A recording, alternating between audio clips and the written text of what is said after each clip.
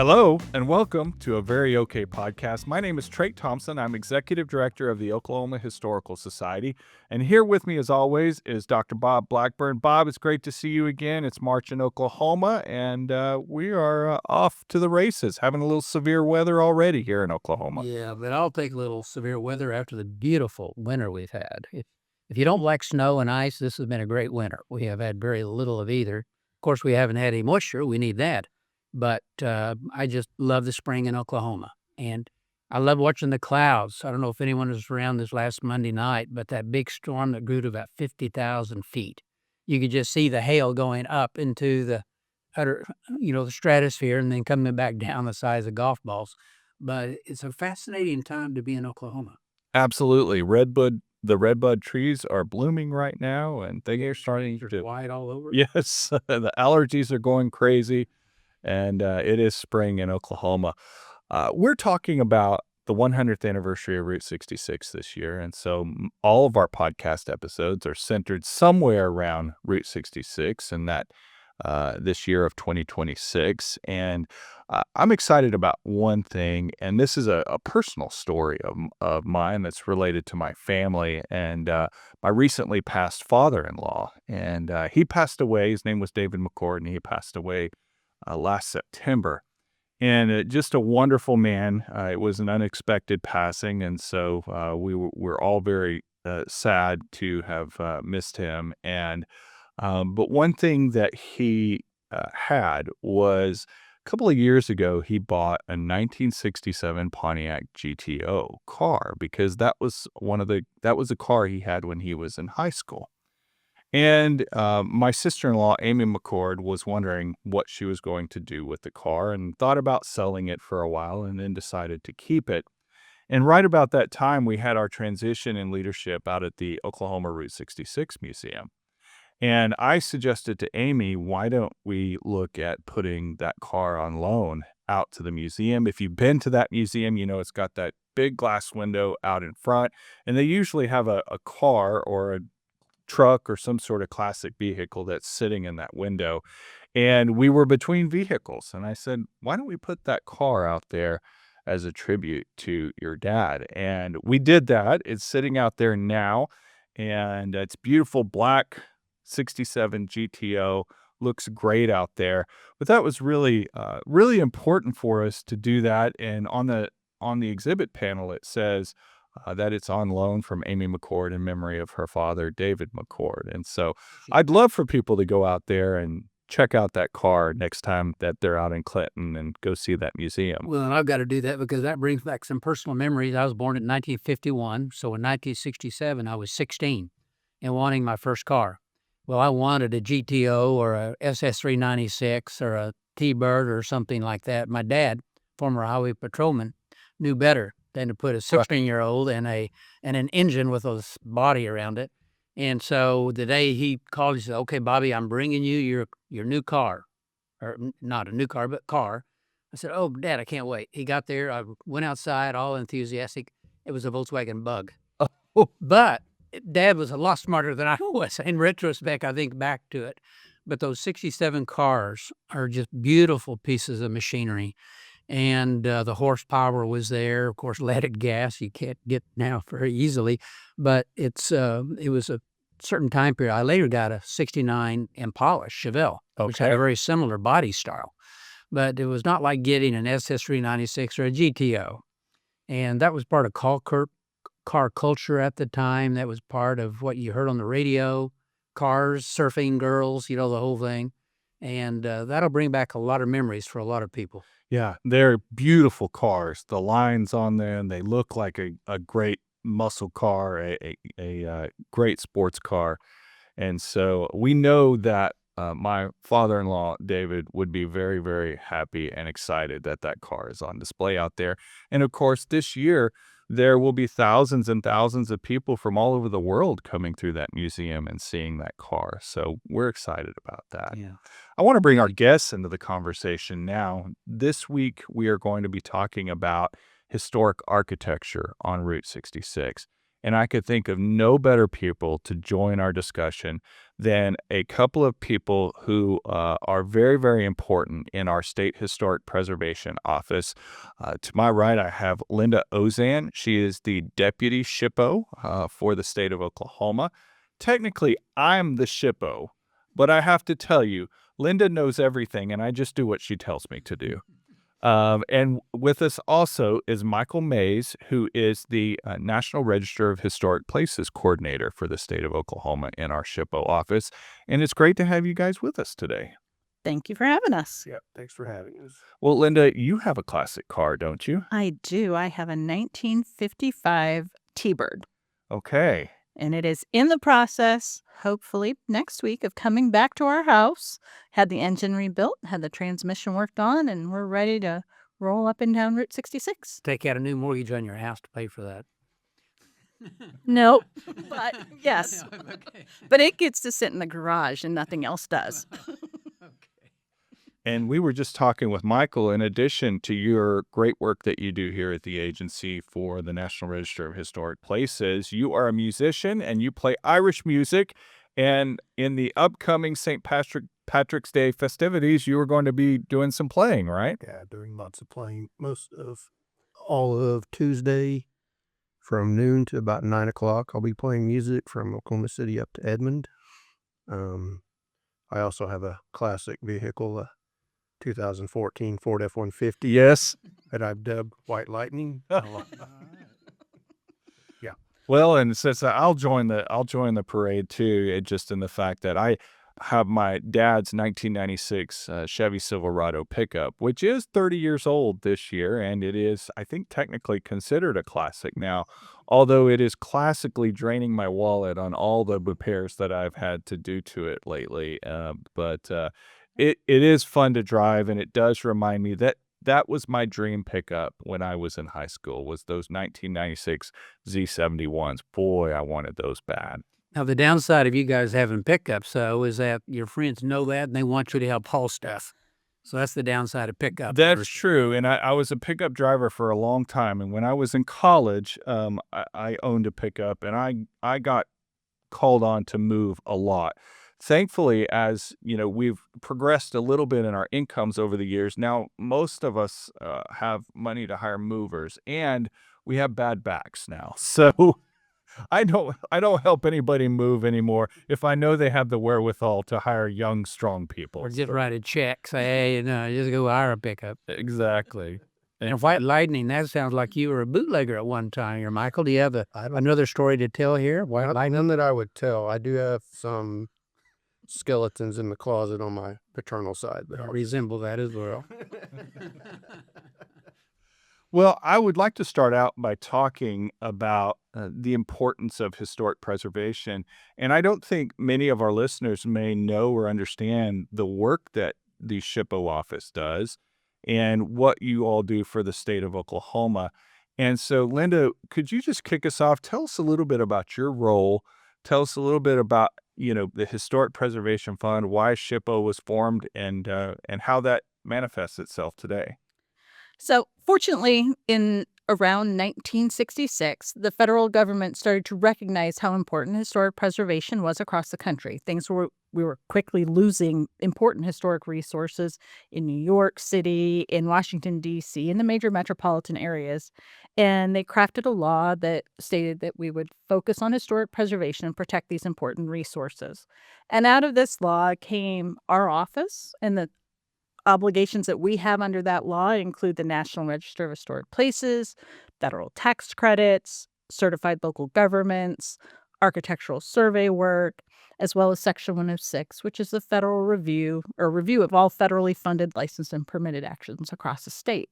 So we're actively involved on a daily basis with historic buildings and archaeological sites across the state.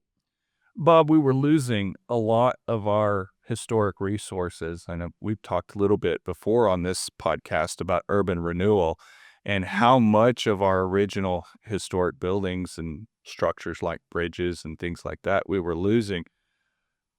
Why was it important for the federal government to step in here? Well, it was kind of a traumatic experience across the country because all of a sudden you get massive change. in any urban environment, you would get natural evolution, where the last generation of buildings may no longer serve the needs of the community. So they tear one down, build something bigger, taller, more modern or whatever. Well, that started breaking down in the 1930s with the Great Depression. So from the 1930s to the 1960s, you have downtowns across the country frozen in place, with developers building out in the suburbs, cheaper land, where they couldn't afford to buy an old building that's 30 stories tall, tear it down, rebuild, so got to the suburbs. Well, that created a problem in our downtown areas, and then the federal government recognized that in the late 1950s. Senator Robert S. Kerr from Oklahoma would have been very important in that legislation, passed the Historic Preservation Act, finally. I'm getting ahead of myself. Created what we now call urban renewal, is the euphemism for that. But these block grants to the states coming out of the federal budget, which was very healthy at the time, an expanding economy. We were the world leaders in economic development, manufacturing, everything else. So there's money there to give to the states, and cities and other granting institutions to buy the older buildings, tear them down, redevelop it. So it's a subsidy to create new. Well, because it happened all at once. And in cities like Oklahoma City, and even Tulsa to a degree, not quite like Oklahoma City, but a lot of cities, aggressive urban leaders started getting these block grants and tearing everything down at once. And it was such a dramatic trauma for people who'd grown up seeing a certain skyline, knowing these old historic buildings are part of our shared memory, of these landmarks that made us who we are. Suddenly they're gone. And it was this emotional reaction that led, by 1966, to passing this law saying, well, we need to understand what is important, and not that we have to save everything. That's a misnomer. Everyone thinks, well, we got to save everything. You can't. There's no way.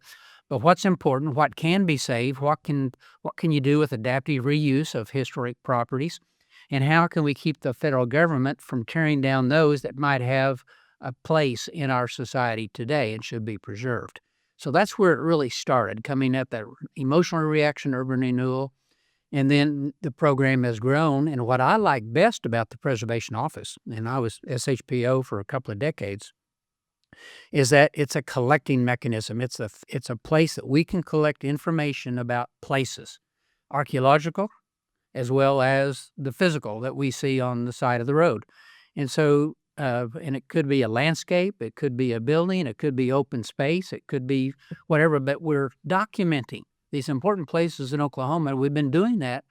In Oklahoma, we got a little late start, but at least by the early 70s, we kind of jumped on the bandwagon.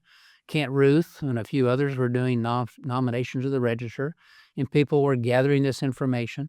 And today we have this deep repository of information about buildings. And a little bit, Lynda and Michael can explain how people can have access to that. It's all online. Right. So if someone wants to know what are the historic buildings in Weatherford, Oklahoma, go right to Custer County, go to Weatherford, find out. It's a great repository for collecting all this material. Then Lynda and Michael and her staff use that data and share it with the Archaeological Survey in Norman. What is important, and how will this federal undertaking impact these resources? Most times they say, hey, it's going to have to come down, we're going to change it, but here's mitigation. Here's what we can do to limit the impact on the environment. Right. Michael, tell us a little bit about the National Register of Historic Places, and maybe about the process. Why would someone want to get one of their structures into the National Register of Historic Places? There can be a few reasons. One would be tax credits, so developers can take advantage of a 20% from state, 20% federal to rehab an old building as opposed to demolishing it. So, and Lynda's a lot more keen on the tax credit aspect than I am, but that is it's kind of an incentive to keep these old buildings around for these developers. Instead of just going in and putting up a new metal fabricated Dollar General store, we can keep this old building. It's environmentally friendly, and it's also providing incentive for these developers to keep our buildings. Anything you want to divulge on that? I would say tax credits is definitely a huge component of that. The other part of it is just institutional communal memory. And people want to save their family history. They want to save their community history. And memorializing it in a National Register nomination, which is kept in perpetuity, all that documentation goes to the National Archives. That is a great way to preserve that memory, that history. And so it's kind of the opposite sides of the coin there. One is a financial incentive, and one is just kind of a memory issue. And so we want to keep that alive too. Well, and I'll say too, what I like about the National Register of Historic Places is that it shines a spotlight on a particular structure. And I think that it makes people think twice before they may want to do something to that structure that would have an adverse effect, because it is recognized both at the state and federal level as being something historic and being something important. And Michael, you might mention, what are the categories that something has to fit to be able to be recognized as a historic structure? It can fall under architecture. It can be an archaeological site. It can be something we just recently had nominated is the Melvin Tolson House in Langston. It's an older building. It was nominated for literature. So there's a very wide aspect of certain criteria that a structure, building, a site can meet. Education is another one. Different ethnic heritage. The criteria for architecture is usually kind of the main one that developers take advantage of. Is there anything? Associations with famous people. Yes, Association, yes. So And I think it's also important to note, the building doesn't have to be pretty. It doesn't have to be in good condition.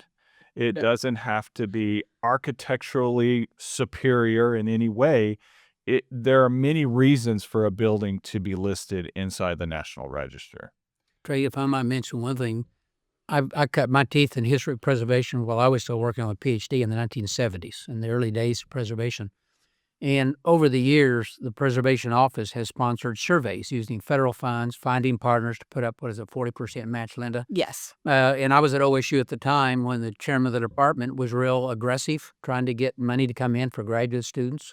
And the professors would take their hours on a project as a 40% match, get the cash, hire us graduate students to go survey. We did surveys on military properties. We did it on grain elevators, Route 66 by the 1980s. So Melvina Heiss jumped on top of that very early and says, we need to get on top of this Route 66. This is coming along at some point. But we've done all these surveys on thematics and topics. And so we have this database. So if someone was doing a history about rural life in Oklahoma and how grain elevators are part of the economic cycle of planting and preserving and marketing, well, that data is there. Right. And how different communities built, the size, the materials, and how were they used. All that information there on Route 66. It's all part of this repository of information. I want to say, too, I've written one nomination, and I don't know that I ever want to do it again because it's difficult. Not only do you have to know the history of the structure, and this is like writing a college term paper, you can't make up stuff. Everything has to be cited. You have to have all your research in order. But you also have to write a very detailed architectural description of the property that you are putting into the register. And that was certainly not my area of expertise. And so I'm thankful. Sarah Wernicke, God bless her, when she worked here at SHPO, she helped me out so much in that regard. But there's a reason that there's a whole group of consultants that help with these projects to get these properties into the register, because it's a very difficult thing to do. It is not, you don't sit down at your keyboard in a weekend and bang one of these things out. No, that definitely is time consuming. I think the whole premise is that in that architectural description, I remember when you had a challenge with that, that in theory, you can take that written word and be able to kind of reconstruct that building. So you're doing it not just in written word, you're doing it visually with photographs. So there's so many components to a National Register nomination that I think people don't realize. Well, I was supporting myself in graduate school doing nominations for fee. And I'll never forget, in 1978, I got a call from a developer in Oklahoma City who had redeveloped a couple of historic buildings. and he had his eye on some old industrial buildings on the east side of Oklahoma City. Neil Horton was his name, and Neil contacted me, and he said he wanted to put at least 10 of the buildings on the National Register. At that time, it was I think 10% tax credit, could have been 20, but something, no state tax credit at the time. But he said, Bob, how much would you charge to get 10 buildings on the National Register? And I've always undervalued time, and I said $500. So I did 10 National Register nominations, but I felt rich. I had $500, and when before I had 20. And so it was a good deal for me, and it was a good deal for, even though Neil went bankrupt, the Bricktown survived long enough for maps to catch up with it, and a little combination of private and public investment. Boy, they saw you coming. They did. He said yes very quickly. I do remember. Well, I want to jump into our buildings and structures we want to talk about today, because we are talking about the 100th anniversary of Route 66. And so we've picked out some structures to talk about first.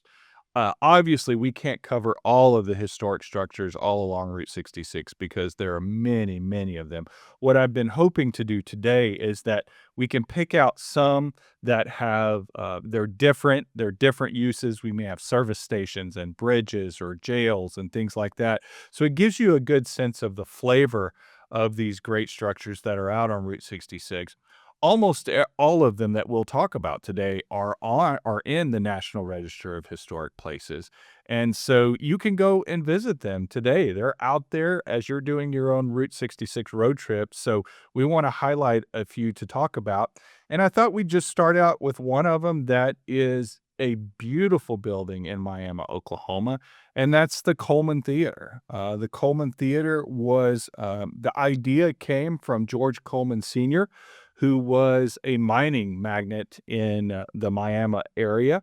He was into lead and zinc mining. In fact, he founded companies that provided a lot of the lead and zinc necessary for the World War I effort. And he made a lot of money doing that. And he wanted to bring modern conveniences to Miami, Oklahoma. And so one of the things that he did, he said, we need a great theater. We need to bring the best people and performers to Miami. I want to bring the best movies. And so he conceived this idea of the Coleman Theater Beautiful that would be built. It was completed in 1929. It has Spanish colonial revival architecture, and everything in there was of the highest class, very opulent, beautiful carved wood, just the wonderful chandeliers. It had a mighty Wurlitzer pipe organ that was installed in 1929, that sold for $35,000. That is actually still in the theater today. It is still an operating theater. And it was built for $600,000, which was a massive sum of money in this time right before the Great Depression started. So, what are your thoughts about the Coleman Theater? I think that's one of the things that Michael and I talked about the other day was the time in which it was built, right? I mean, you're talking 1929, right before the Depression hits. And what kind of impact did that have after the Depression struck up in Miami? And right as the talkies were coming in, so they were still silent movies. But there was a combination of live theater as well as school performances, and it's still serving that function today in town. The high school uses that movie theater for their performances and graduation ceremonies. And it's a good example of how a National Register property fits into the life of the community. What you were saying, Lynda, this shared memory, this sense of community. The Coleman is one of the best examples of how that leadership and that community have pulled that in with the college and the downtown Main Street, the connecting theme of Route 66, and it's working for Miami. Absolutely. And it's a beautiful piece of architecture. I mean, Trey touched on that. You just don't see them like that across the Oklahoma landscape much anymore. I mean, and it's a pretty rare resource. And the fact that, again, it's still in use, all those historic features of the interior are still there. You can still see it. You can still hear it. You can still experience this building. It's got a bell tower on it, and it's one of the best examples of this Spanish colonial revival architecture in a commercial building. You see it in residential from time to time, but not very often in commercial. Maybe, does the Paseo have that kind of architecture. It does have that kind of architecture, but not to quite that scale. Right. Yeah. Not as grand as the Coleman Theater in Miami. Trader got a little personal anecdote as well, is that back when the legislature was still doing projects, that's a polite way of saying there was money directed towards a local community. There was a very strong senator and representative from up there that wanted help. And it was a good year or two in the legislature, and so they appropriated money, in fact, 2 years in a row. So I was involved with writing contracts to restore the chandelier that's up there. It was in pieces. They had me up to look at it, and the chandelier was in the basement. It was in probably 5,000 pieces. It's an amazing cut glass chandelier. And they said they wanted to restore it. I said, okay. So we wrote it was historic piece, preservation, fit our mission of preserving history. And so they did it. And then the next year we had money for that Wurlitzer that you mentioned. So I got invited to the first silent movie shown on the stage on the old screen with someone playing the Wurlitzer for the soundtrack. And there were probably 1,000 people there for this event. I think half of Miami came out for that performance. But that was a good experience. There were owners of a drugstore right next door who were taking the lead in that. There were a few community leaders. I wish I could remember their names now. That's been 40 years. But I really admired the people of Miami and what they were trying to do with that building. A lot of communities would have found other uses or not cared that much, would not have had the fundraisers. But the city of Miami really embraced it and made sure it was preserved.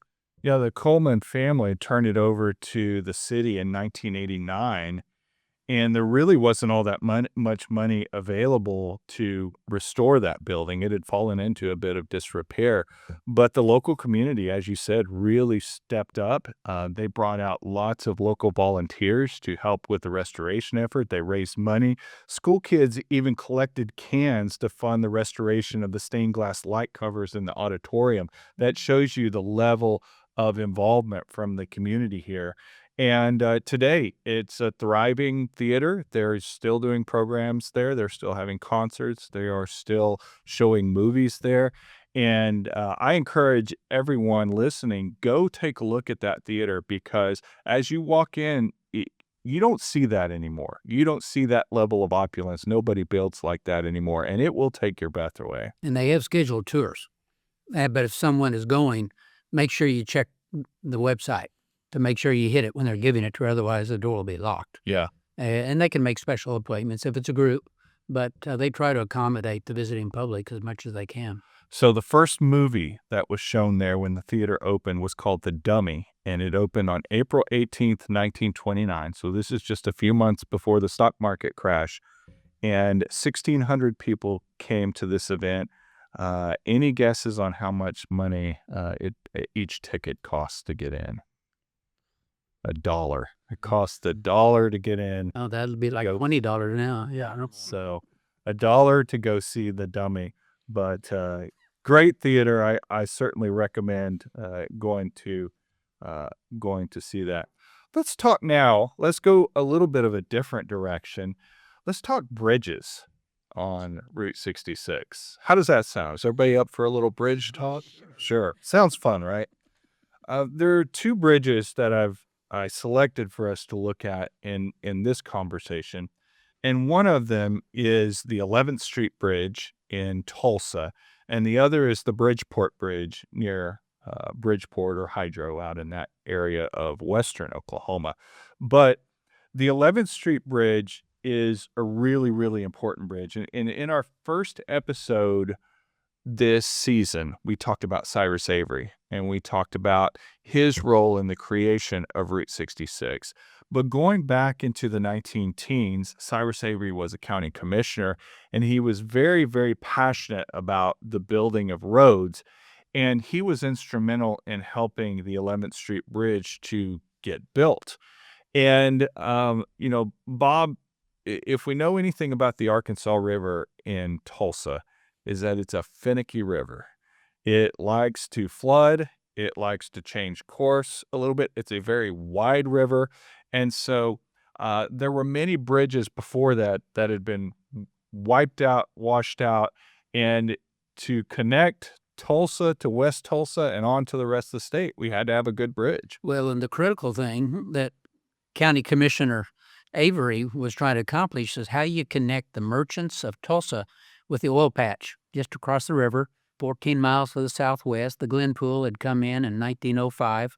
It was the first giant oil field in Oklahoma history. So how do you connect those merchants, those bankers, the labor force to get across the river to get to the oil patch?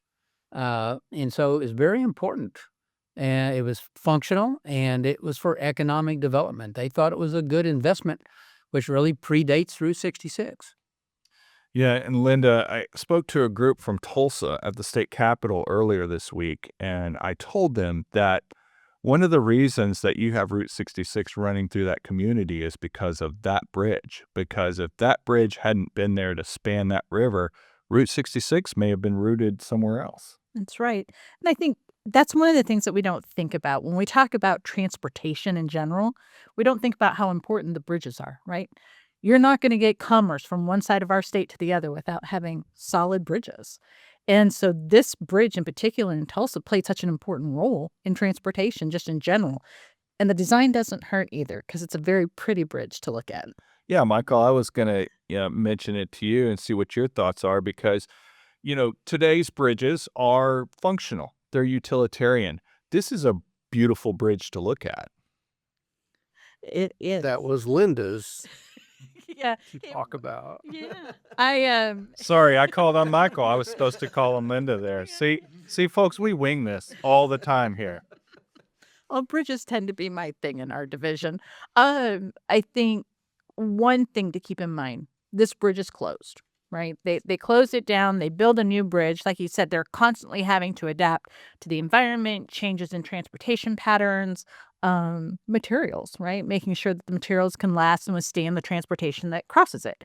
And so they build a new bridge and they leave this bridge in place because it is a beautiful bridge.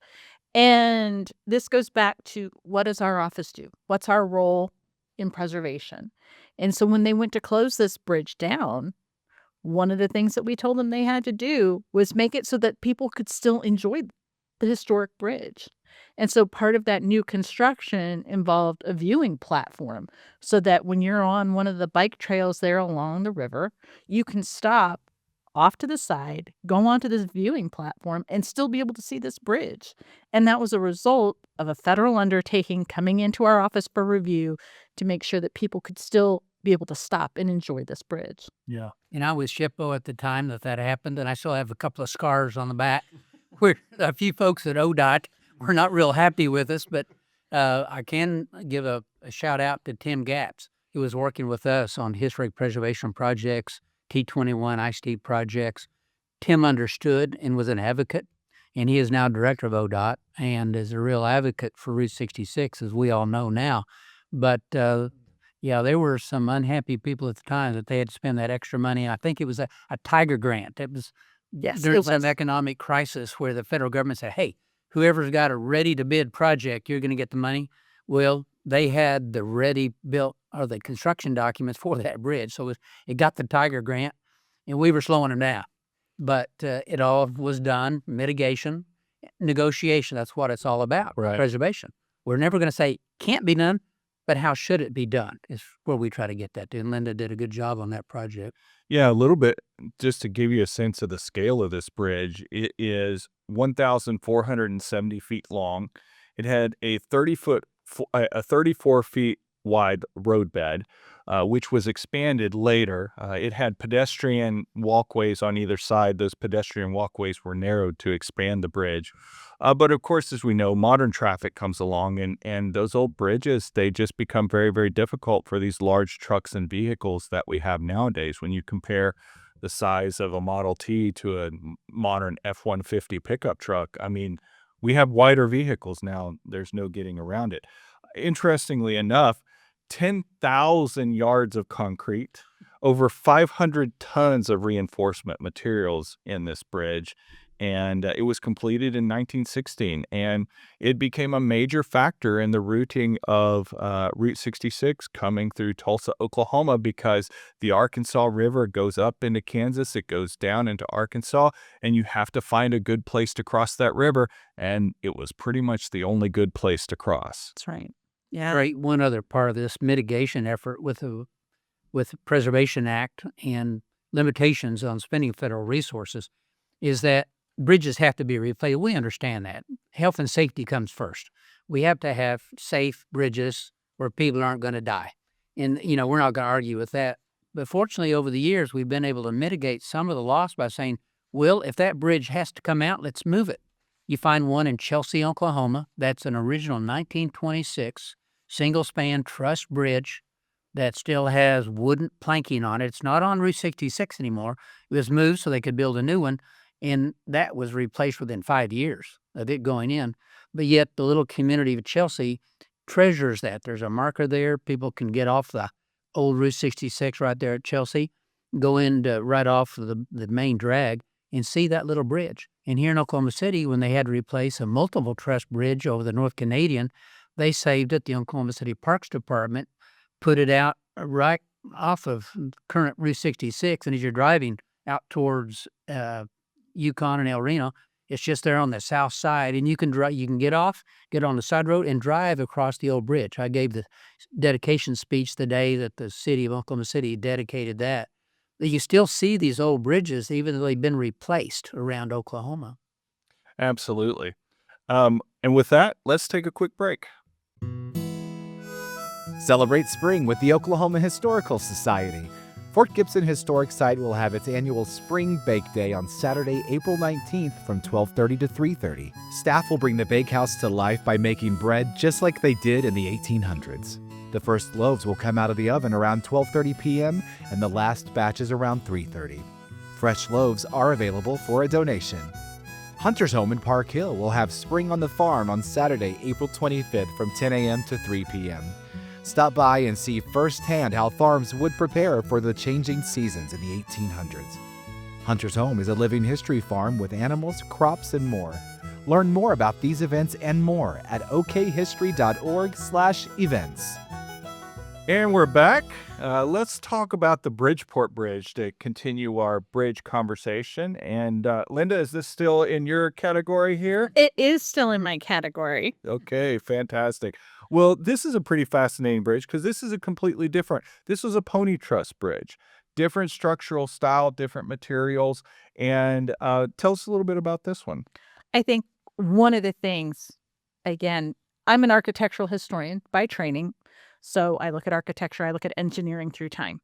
And people prescribe certain types of bridges in different types of environments. And the general public doesn't understand what you mean by a truss. They don't understand what you mean by a through truss. They don't understand pony truss. I wanted to take a minute to explain that. Thank you. I appreciate that. So the easiest way to think about that is a pony truss is, it has the top cords that you can drive through. But a through truss has a beam that goes over your head. Like a tunnel. So you think about it as you're driving through the bridge. That's how I always try to explain it to students is, a through truss is when you actually drive through. A pony truss is when you drive over. And so out here, we get this very long bridge that is the longest bridge in Oklahoma.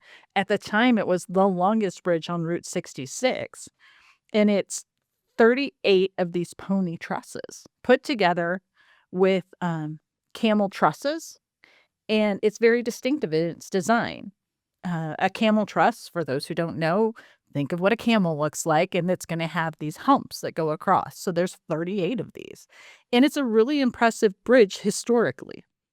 Yeah, the bridge in Tulsa was about 1,400 feet long. This one was 3,994 feet in length, 25 feet wide, and made up of 38 100-foot steel truss spans all the way across. And the riverbed that we're crossing here is about a mile wide. It is a massive river that we're crossing. Now, if you cross that river today, you'll see some meandering water here and there, but the bed itself of the river is wide, and that river can flow pretty heftily if we get good rains here in Oklahoma. There's some interesting history with this bridge because it did take a while for this to open, even though it was authorized in the early 1930s. It took until 1934 for it to open. And in my research about this bridge, I found a poem in the June 14th, 1934 edition of the Oklahoma City Times that wrote about the delay. And I'm sorry, but I couldn't resist. So I have to read this poem because you don't see this in the newspapers anymore. And it says, "The Bridgeport Bridge will open about June 29. At least the folk are hoping along that cheerful line.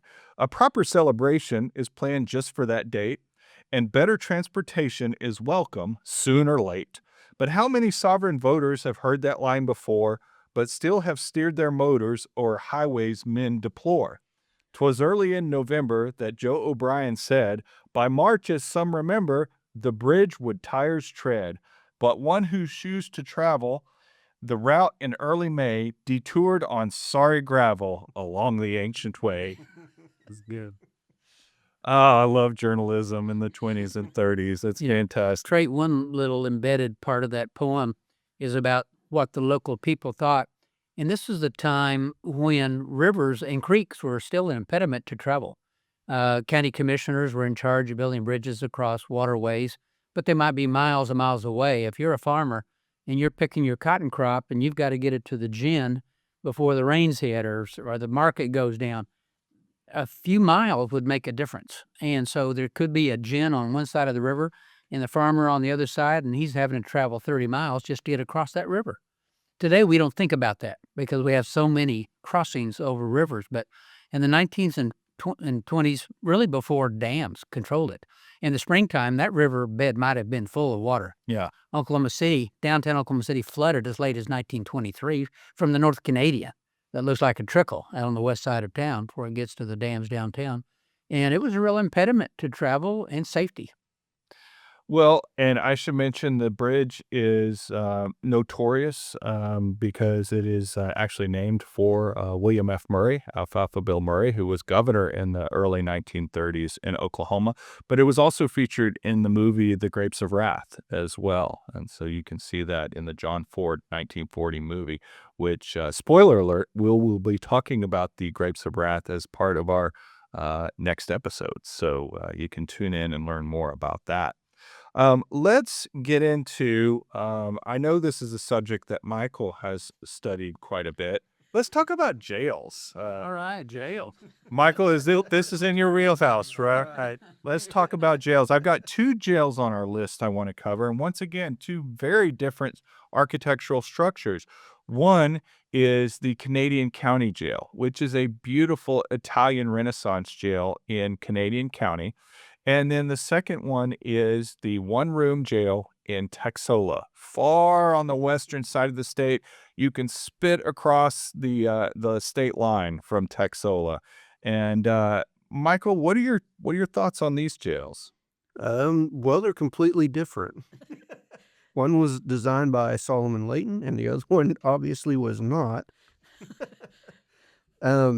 So the Canadian County Jail is listed, it was built in 1906, so it is listed for its architectural significance as an Italian Renaissance revival. It's also nominated under politics and government. It was built by A.C. Kripke, and it's the only Solomon Layton building left in the town of El Reno. On the opposite end of that, you have the Texola Jail, which is just a single small one-room jail in the town of Texola. And in that same vein, it is almost one of the last remaining buildings in Texola. We do have a service station listed on the National Register, but the last time I was through there, it's in terrible disrepair. The garage has been demolished. The awning out front has fallen down, so it's not going to be around much longer. The interesting thing I found when I was researching this part, a lot of the information on these small jails is held, at the local significance. When you have a town like Texola where there's not even a local government anymore, those resources are in danger of disappearing. It's really hard to find any information on these. It's interesting, though, that this little jail in Texola has the same concrete block design as the service station that's listed. So we can kind of narrow down from that. We know that the service station was built in 1925. So just surmising from that, we can kind of get a good glimpse of when this little jail was built. Both of them right along Route 66. I think those two structures and maybe one other buildings are the only thing that's left in the town of Texola right now. So Yeah, I was through Texola last year as I was on my way to Albuquerque, and you're right, nothing much left Yeah. there in that town, and that service station there is in very much in disrepair, and I think you're right, it won't be with us for very much longer. But in doing my research on the one-room jail, I couldn't find anything about who may have built it. I couldn't even really find a hard and fast date on when it would have been built. If you do stop in Texola, you can walk inside the jail.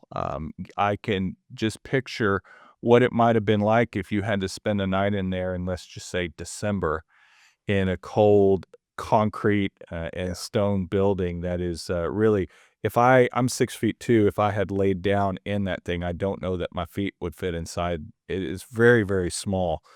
And there is a marker outside of it to the class of 1938 in Texola. I don't know why they chose to put it in front of the jail, but maybe there was a few bad people there that they just felt like the jail was the best place there. yeah, a lot of these are now, photo ops for these small towns. Yeah. I mean, that's all that's left. And so back then in the 30s, I imagine the pranksters, would visit the jail quite a lot. We nominated one in Covington, and in the 40s, the senior class pulled the prank on the city of Covington by building a second story onto the jail. So a lot of fun for the small town kids. Right. And that one in Texola actually is pretty accommodating because it had a heater in it. So Oh, well, luxury. Luxury. I will say this, and this is some interesting facts about the town of Texola. It's actually been surveyed 8 different times because they never could quite be sure, is it in Texas or is it in Oklahoma? And they finally determined that it is in Oklahoma, but just barely. The economy was really agricultural through, the early 1900s and into the 1930s. By 1930, the population got to up to 580 people, but after that, it just steadily went down. And of course, towns like Texola, Bob, as the interstates come in and they get bypassed, whatever small amount of commerce was left just totally dried up. Yeah, and great. That was one of the introductory remarks I meant to make and didn't. Is that one reason that Route 66 is such a pleasant drive for people, and people worship it. Michael Wallace's book, The Mother Road, just celebrates this whole thing. One of the reasons is that Route 66 did not bypass towns. They went through towns typically. So you're going through Miami, you're going through town. When you go through Bristow, you're going through town. You're going to Chandler. And so the experience of driving Route 66 then was that you would actually go through these towns. So we have so many buildings associated with both the local economy and growth and with Route 66 and that combination. And so that has made it. And then, too, you get the entire industry of service-related buildings being built because of cars. More people driving cars, that means more people need gasoline, they need tires, they need service stations. And so you get an entire generation of new buildings, that many of which are still with us today.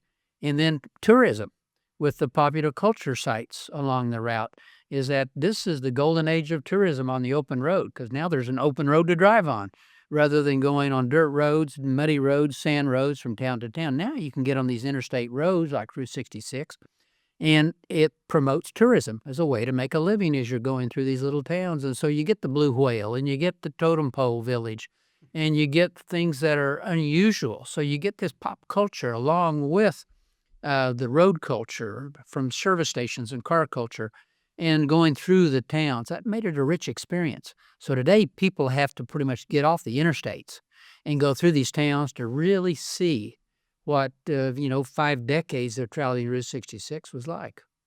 I want to go back to the Canadian County Jail real fast and just talk about that, because if you ever stop there, it does not look like a jail at all. It really looks like a nice house in a nice neighborhood, the way that it was designed by Solomon Layton. And I should note that Solomon Layton came to Oklahoma in 1902, and the first place that he set up shop is in El Reno.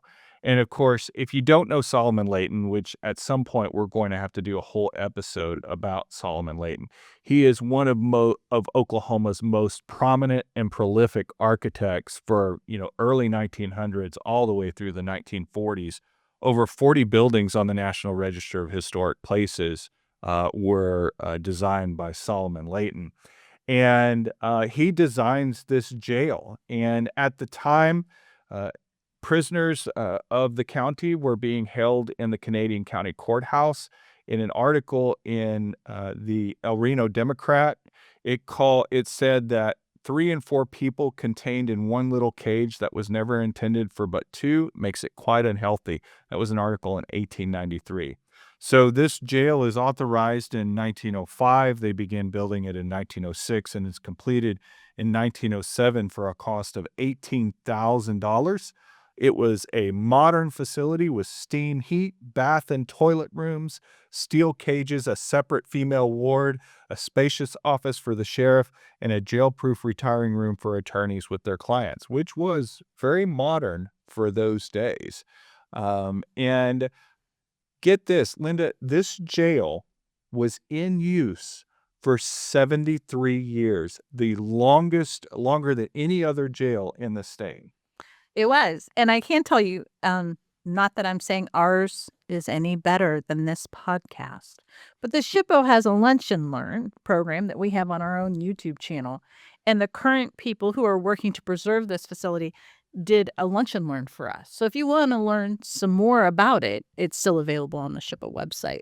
Yes, and I'm glad you mentioned that because the group is called Preservation El Reno, and this jail was in terrible condition. The roof was falling in, and the county was looking at tearing it down a few years ago. This group, once again, Bob, talking about those local people who are passionate about their own history, they got together and they said, we want to try to help save this. They raised money. They applied for grants. I'm happy to report that as of the news articles that I read, that the roof has been replaced now, that building has been stabilized. According to a April 2025 post on their Facebook page, they replaced the disintegrating front doors and repainted the window trim to match the original 1907 paint. So you've got a local group there who's working really, really hard to save a unique structure not only in El Reno, but in the entire state. One other use of that courthouse, which would have been typical of almost every courthouse in the state during Prohibition, which was 1907 to 1959. Typically, if a highway patrolman or deputy sheriff or city cop confiscated bootleggers on the road, you could always see their car was riding low. They'd get it. Well, there might be 10 cases of booze in the trunk. They'd take it to the courthouse as evidence. Well, the thought was, why do you need 10 cases of evidence to convict one little bootlegger? Right. So all the lawmen would split up all the booze and take it home. So that was another part of our Oklahoma culture. That's fantastic. Ah, man, I love our state. Well, Bob, you mentioned it a few minutes ago, and you talked about car culture and you talked about the road, and it's hard to get out on the road without gasoline. And what some of the most important structures that we have are gas stations across the state. And once again, I want to contrast a couple of them that people can find out there on the road. And one of them is near and dear to our hearts because, Lynda, I know you and your team have worked quite hard on it. And that is the Threet filling station near Luther, Oklahoma. This podcast isn't long enough for me to talk about the Threet filling station, but yes, we have a great deal of experience with the family and in this particular service station. And one of the things, again, I'm gonna step back a minute and talk about the evolution of these service stations. Right, I think they're the best example of the evolution of commerce along Route 66 because we have basically 5 types of stations that develop along the route. So you've got basically the curbside station, the early station that you pulled up to get your gas. Then you get kind of the shed or house, cottage style that develops. Then you move into the houses with canopies or houses with service bays. And then eventually you get to this oblong shape of a service station.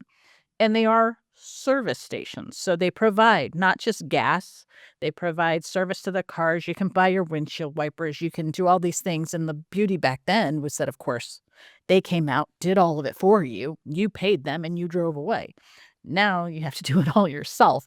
But we've kind of come full circle. And now we're back to, the basic gas station where you can get some food and you drive away and you go to the dealership for service. So Route 66 is kind of this iconic time capsule of commerce.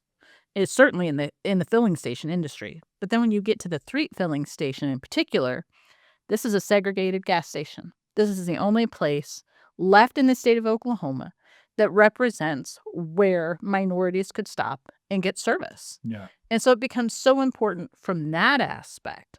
We have a family who built the service station who still owns the property, owns almost 180 acres right there. And so they are tied to that piece of history in that acreage. And then you also look at how it's constructed, and it's very distinctive in its construction pattern. It's what people call giraffe architecture or Ozark architecture. So it's made out of sandstone that in this case is quarried right there on site. The family during the Depression opened their quarry, and that's how they made additional funds, was to quarry and provide sandstone to people. So you've got the sandstone architecture with really wide mortar joints. In their case, it's painted black. Most times it was painted white, hence the name giraffe architecture. Done by a lot of itinerant construction people, itinerant being people who traveled around the country just looking for work to build buildings. But it's very common in our region to see this type of architecture. And so this one place really categorizes so much Oklahoma history, so much Route 66 history that you can't get anywhere else. And this gas station was built in 1915, predating Route 66. It's when it was Highway 7 that was running through here. And as you mentioned, this was a haven for Black and minority travelers. They knew that they could stop there. Not only could they stop there and get gas and get some food, but they could camp out in the back if they needed to. Later on, it became a place where they hosted baseball games. People could play sports back there. There was a restaurant there. So this really did become kind of out in the middle of nowhere, a haven for people. Well, and too, this is near some majority Black populations. It's near Luther, Oklahoma, is the location of this. If someone's interested in seeing it, when I get on Old Route 6, it'll be, is it just west or east of Luther? It's right at County Line Road. County Line Road. And, but there was a lot of African-American settlement during the land run period. There's Arcadia, Luther, both have some roots in all Black communities, although they were never 100%, but largely African-American communities. And, so this served a local community as well as those passing through on the highways. And as far as we know, and I don't know that we have any hard and fast data on this, but as far as we know, it's the only Black-owned business in that original historic Route 66 timeframe. And I'm willing to be corrected if that's not the case, but it was unique in that regard. And they weren't in the Green Book. They were so well known, they didn't need to be in the Green Book. Yeah. Yeah. And that is, I think, the bigger part of it. When we talk about it being so much more, it was a Red Cross facility. So you could go there for medical aid. It was a bus stop. And everybody knew the Threets. Grocery store. Yeah. I mean, it was just all these things for them. And what was amazing when they first contacted me about the property was to get to go out there and see it as it was, because they basically had boarded it up and left it alone. And so I got to go in there and I got to see the cash register where it was supposed to be and all their ledger books of sales. And you can go flip through those ledger books and it's amazing the names that you see and how much they paid for things. And it was really this time capsule of what a filling station was. Lynda, I know you've developed a very good relationship with the Threet family, and how has that helped get that service station back? Now much of it has been restored. They are using it as an interpretive center, but how has that partnership with SHPO helped them? I have access to the Park Service. I mean, again, our funding comes through the National Park Service. And so we've been able to connect them to people in the Park Service who can help them with grant funds. We've been able to help them connect to the National Trust for Historic Preservation. And then we just serve as a repository for them. When they have construction questions, they come to us. It's a very kind of wonderful preservation story and wonderful relationship for our staff. It's a public-private partnership in the truest sense. It is. And I should say the Threets are wonderful people, and what they have done there, taking once again in this, just taking ownership of this and wanting to make this a place of education and where people can stop and really learn about the history of it. They've done such a wonderful job there. They have. And I think I come back to, again, I could talk for hours on their property, but one of the things about Route 66, right, is that it was kind of kitschy, and the things that people did to bring people economy into their businesses. They had a rattlesnake pit right out front. So you could come out and see the rattlesnakes of Oklahoma, right? And Ed told me one time in the summer that a car hit that pit and all the rattlesnakes came out. And you never saw the moms descend and pull up those kids into the house that fast. And he's like, so there's a lot of really interesting, fascinating stories that happen out there. But I think that's really synonymous of all the buildings, right? Who were trying to draw in tourism, draw in the dollars. They all had this niche that they were trying to fill, and that's how they were doing it. Well, let's contrast that with the city service station in Afton, Oklahoma. This one was built in the Mission Revival style in 1933, textured with stucco, had a flat roof. I believe there were living quarters on the second floor there. And one of the interesting things about this service station is on each side of it, there was separate men's and women's bathrooms. And I think this was a relatively new development as well. Absolutely. This is, if you're going to go back to how we phrase or term these things, this is one of those house with canopy facilities.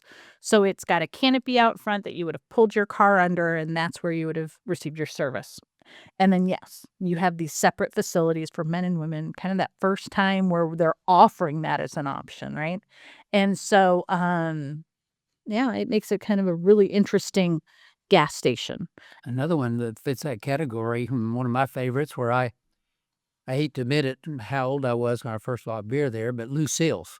I went to college in Weatherford for 4 years, and Lucille was still alive at the time, and it was she lived there up above, and it was a canopy in front, and it has been restored. It has, yeah. And is in really good shape, and there's kind of a reproduction knockoff Lucille's Cafe in town that serves really good food if you're out that way. But every time I drive to Weatherford, now I'm working on a museum there in the Heartland Museum, which has an original diner from 1947 still intact with all the original furnishings. But I look over at Lucille's, and there's always somebody pulled off taking their photograph in front of that station. Now they've got a vintage pickup out front, so it makes the photo op even better out there for that.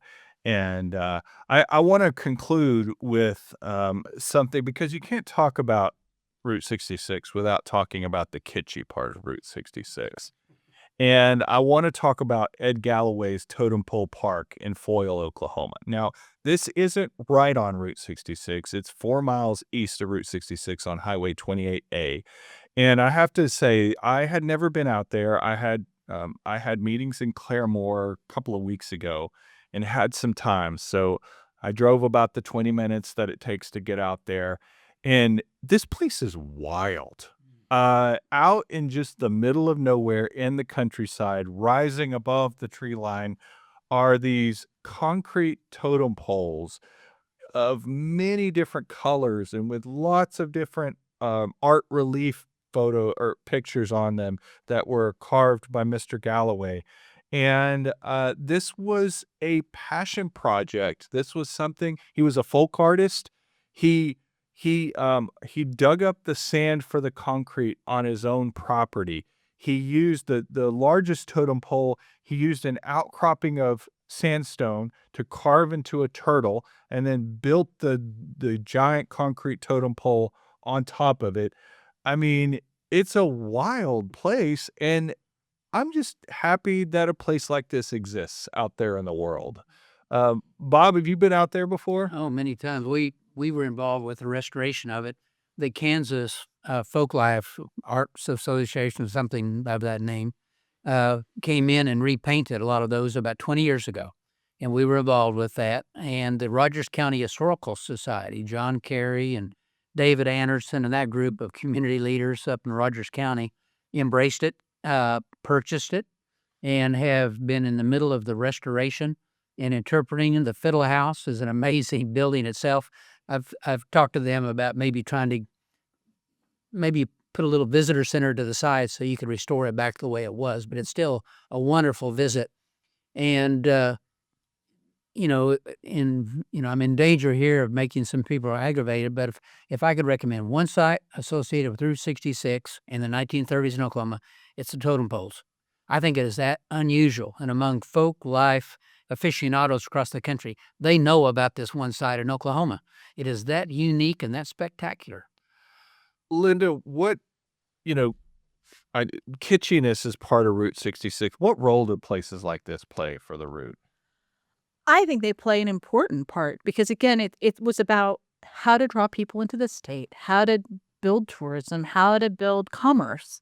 And places like this at that time were places that they knew people would come, right? So it's about kitschy. It's not just totem pole. It's the gold dome. It's the milk bottle. We've got quite a few of them in Oklahoma. And they draw people in, and that's what it was about. And in this case, I mean, beyond what Bob talked about in restoration, now they have somebody on staff who's been working since 2021 to do a lot of paint analysis through time and do the restoration in a very methodical, specific way. And it really does draw people in. And I think it is that folk life aspect of it. This is kind of handmade. The heart of this man is in this property. And so it just has this draw. Yeah, the largest totem pole is 70 feet tall. It is 51 feet in circumference and has over 200 images of different Native Americans and Native American type objects. It was 28 tons of cement, 6 tons of steel, 100 tons of sand and rock that made up that one totem pole. Now, there are others all along the property. In fact, in doing my research for this, one of my favorite stories that I saw was he made a totem pole that looked like a tree because his wife had said only God can make a tree.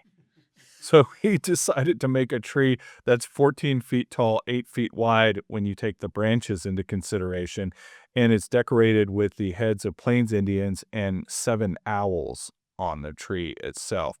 The Fiddle House that you talked about, Bob, was built in 1944, and it is built to resemble, it's an 11-sided Navajo hogan. And I didn't get to go in when I was there because it's still closed for the season. It's going to open up in April. But as you peek in the windows, you can still, he built musical instruments as well.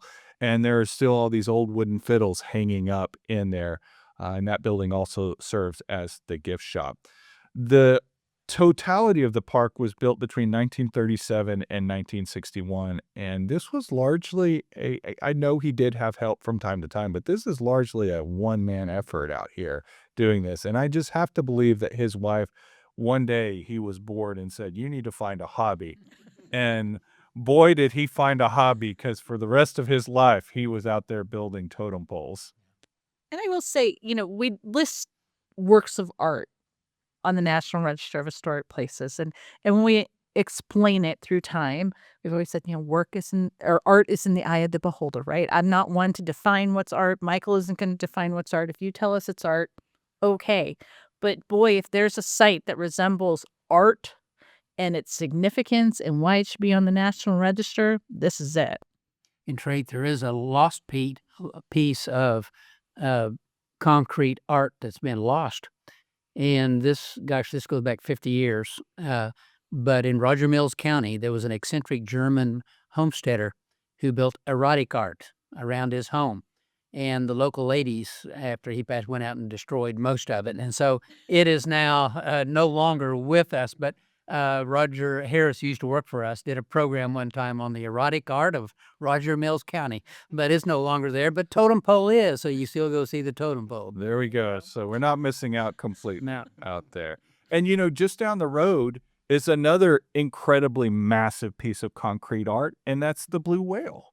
Absolutely. Yeah, again, it's not one that's listed on the National Register, but it definitely fits that kitschy category, and it drew people in. And we've talked about it many times about we should really get this thing listed on the National Register. Clearly, it's an important aspect of Route 66. So it's one that we should definitely pursue. Yeah, maybe one we should work on. Um, as we're getting ready to wrap up here, Michael, are there any buildings we didn't talk about or any structures that you think we should mention before we start to end this thing? Well, I finalized a nomination in Miami for Wayland's Cuckoo Burger. Okay, yeah, tell us about that. We haven't So- talked about restaurants. Yep. So I love food. It's well known. And the worst part of working on this nomination was not salivating at my desk thinking about all the burgers. But the Cuckoo Burger was actually a chain that came out of Kansas City in the 60s. And they soon started to go out of fashion. But the very last one that's left is the one in Miami, and it's still operational.